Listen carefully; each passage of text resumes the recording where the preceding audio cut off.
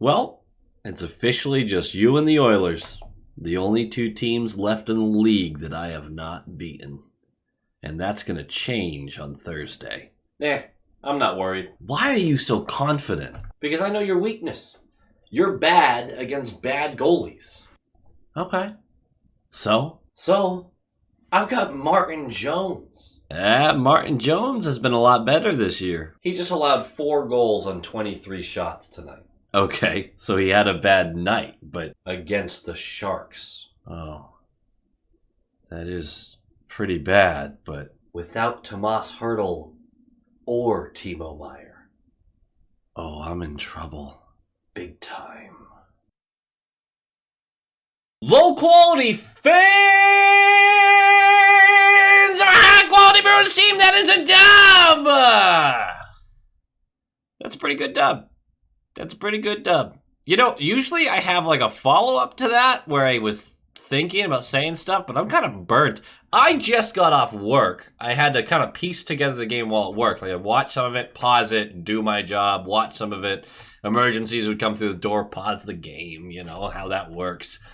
But it's a good game. It's a solid game. It's a game I very much expected us to win because they had already beaten us twice, and this team doesn't feel like one that gets swept in a season series. But hey, we've got a couple... I shouldn't say that so fast because the Senators were one of 3 teams we haven't beaten yet this season. The Kraken, who kicked the crap out of us, who we play on Thursday, and the Oilers, who we haven't played yet, but we play on Monday. So there's an opportunity this next 7 days, which I'm kind of excited about. They are kind of on fire, the Senators being 7-2-1 in their last 10, but if you look at who they've actually played, none of the wins are impressive. It is all against non-playoff teams, and every time they played a playoff team during that stretch, they lost. So there's not... I don't like it when people go, whoa, look at their record in the past 10. I'm like, sure. Gotta look at the competition. They are 3rd in power play percentage and 9th in penalty kill, but both their goals for per game and their goals allowed per game are 20th in the league.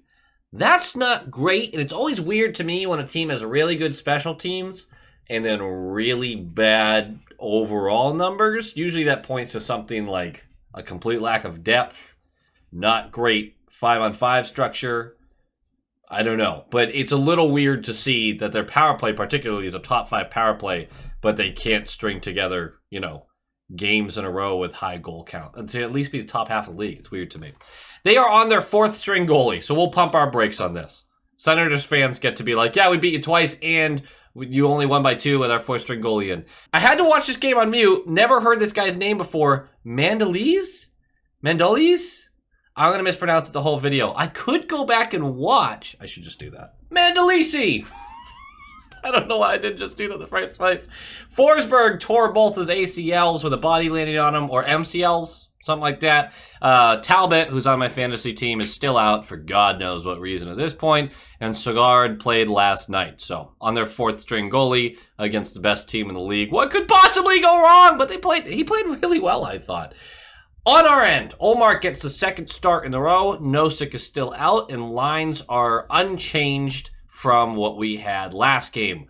Krejci is celebrated for his 1,000th game, which actually happened a couple of weeks ago. Every time I see this, I'm always like, is he a Rafters guy? We'll have that conversation after the season. How about that? Let's just do it after the season. But it was an excellent ceremony. His parents were there, all the tributes and the people who... talking about him. Rask was up there. I mean, just great stuff. And God, this team, and especially the core guys, have been together for such a long time. I really feel like that year missing him, like obviously the fans miss him, but I bet the guys in that locker room really, really did. Like there's just an emptiness in that stall, you know? I really feel like that didn't play a part in the season, but I'm sure they missed him a lot. You know, on that note, something that a lot of you guys have missed is liking, commenting, and subscribing. Nailed it. I snuck it in there. Selma, thank you for the appreciation. Every time I try to record, you decide to come say hello. Every time. At least look in the camera. At least she's... Okay, or just look... There she is. Bonk. Would you believe this has been going on for about 5 minutes now? But let's talk about this game, and it's a game, particularly to start, that special teams are highly involved. Puck drops! And we're a $1.52 in. Feels like there's always a call early in the games these days. I don't know why, but it's a potential Hall breakaway, and Larson decides to put his butt into Hall to prevent him from getting to the puck, and they are going to call that. It's too blatant when you clearly try to interfere. It's too blatant. A lot of times you can get away with it if it doesn't look like it's going to be a breakaway the other way, but not the case here. Power play. And it was a good power play, actually. It just couldn't find the net. I really liked the puck movement. It was going to be the best power play of the night for us. I really don't want to go back to making memes about the power play, guys. Let's get another one going, because we went over tonight. 10:44 left. Smith is going to go for tripping. Penalty kill. That's fine. 10 seconds in. Bergeron for hooking. Anyway, 5-on-3 for a $1.50. With 1:03 left, 5-on-3. Still, Lindholm goes for slashing, but so does Giroux. So we're going to have those offsetting. It's just more calls to be made. The Sens in this whole 5v3 are being way too fancy rather than just get the puck on the net and get a rebound because you've got more guys than we do. The amount of shots that they passed up to try to make the perfect play, which I know these days, it feels like you gotta make that play to beat Ullmark. I get it. But you gotta get the puck on net. If I was a Sens fan, I'd be losing my fucking mind watching that 5-on-3. And you probably would have too. 8:06 left. Shabbat! For interference. I love that name, Shabbat. I really do. You can tell by the way I say it. And after a combined 12 penalty minutes through 14 minutes of hockey and over 9 minutes of special teams, because some of them, jumped together, the score remains 0-0. Crazy. 4:41 left.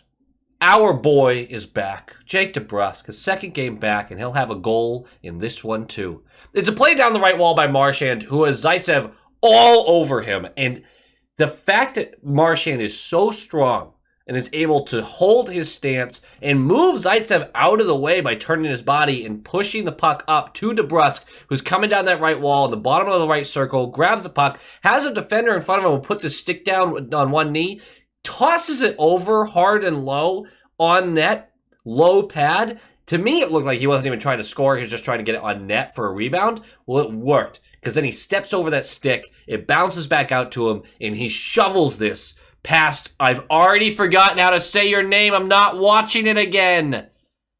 Mandalisi. Right, there we go. We're fine. This is amateur hour over here. 1-0, Jake DeBrusk!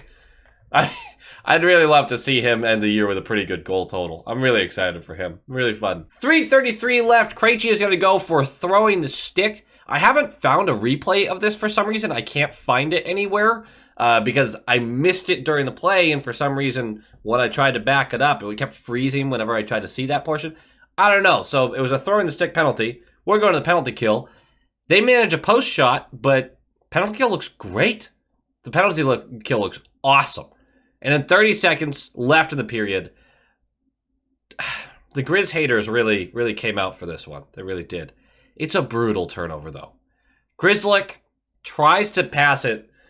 He has 320 degrees of open ice to move this puck. And Gambrella's on his left, and then there's a player behind Gambrell. I don't even remember which Bruin it was. And he tries to get cheeky with it, and Gambrell's coming in on him, and he tries to pass it through Gambrell. Intercepted, blocked, whatever you want to call it. Gambrell then collects, tosses it up to Giroux, who then dekes past Grzelcyk and goes 5-hole on Ullmark. Gorgeous play. I mean, damn, by Giroux. But Grizz, that was awful. And it was uncharacteristic, because if you want to complain about Grizz getting muscled off a puck or something like that, sure, you at least have some evidence, but you don't have evidence of him just giving the puck up like that. Not too often, at least. That was surprising, but it's 1-1 with 30 seconds left. It's a brutal moment, and I kind of had that thought, because usually I'm Mr. Optimism and Confidence, kind of had that thought where I just went, maybe the Senators are just that one team that every good team has each year where they just can't beat that one shitty team. Like, you know how the Leafs can't beat any shitty team, maybe we just can't beat the Senators. And then maybe the Canes can't beat, I don't know what their record is against shitty teams this year, but Columbus or something, right? Like, maybe that's what's going on. And then the second period starts, and we draw a penalty right away. Stutzle for tripping, going to the power play. And no dice. But that's okay, because 10-13 left, another bad defensive zone turnover on us. Tkachuk muscles Lindholm, just straight up muscles him off the puck behind Ullmark, and then tosses this to, once again, Gambrell, involved in these plays, who's in the slot all alone. It's a bad turnover. You don't expect it to go the other way. Ullmark robs him. A hot dog. This was a Patrick Waugh hot dog glove save. Whop! And he's just, I love how he grabs it, and then he's just sitting on the ice. And he's just like, all right, I did it. He reminded me, I don't know why, but Trailer Park Boys, Bubbles, it was just the whole stance of it. He was just Bubbles. I don't know. It was pretty cool to me. But what does that do? We've talked about it. It makes the other team go, come on, we can't buy one here. You love to have that feeling on the other team. And then 2:54 left, directly after a goal review. The puck never went in. It didn't look like it ever went in. We crashed it in the net. Probably wouldn't have been withheld? Probably wouldn't have been rewarded even if it had gone in. Who cares? Face off, left dot. Krejci wins it. Pasta is there. Pasta dishes it across to the right point when McAvoy collects the puck. Defender coming and just spin move. Goes right around him. The poor man, devastated. I think he just broke right there. I think that guy's just broken. Out of the play for sure.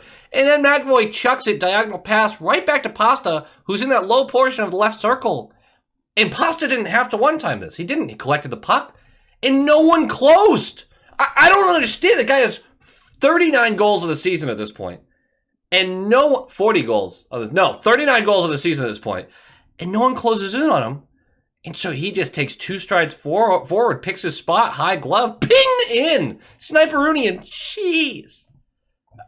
I don't know why you would leave that guy. He's the second most dangerous shooter in the league right now. Debatably, but like he's right there. I don't know why you leave him open like that with that much time. Anyway, that's a free goal for us. It's 2-1 in period 1 that way. And we'll go to the third. And the third is a track meet. It's back and forth chances.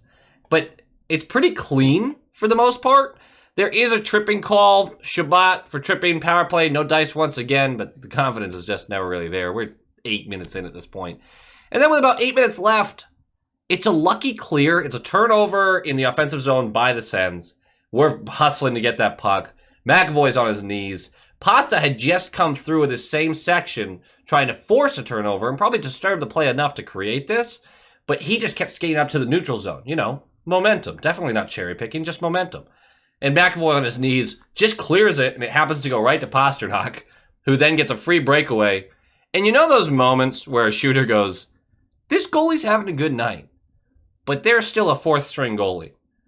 Pasta skates in, puts it on his backhand, and it was one move, and the amount the legs opened to slide across, and Pasta just went, thanks. In 3-1, that's going to be your final. Never really felt like they were going to come back in this one. They did have some real scoring opportunities that Ullmark stood tall on. Ullmark had a great game. I don't want to take any respect away from what he did, but this team was just outclassed tonight, and a lot of that has to do with injuries. And honestly, my first game note is the Sens are going to be really good soon. Next year or two, when they're healthy and they have a healthy goaltender, I mean, that team is fun, and they're really fun to watch, and they're good at a lot of stuff. They just can't put it together consistently. Young stars, consistency doesn't always mesh. That team in a couple of years is really going to be good, but we have said that before, so we'll see. Freddie's line, not that impressive tonight. The fourth line, not that impressive, and that's okay. There was no goal that they gave up. I mean, I don't know what line was on the ice with Grizz when he did that turnover, but that's not on that line, whichever line it was. I really think that line is going to stick together for a while as long as no trades are made, because even with the slightly down game they've had, didn't give up much defensively, and they were just strong.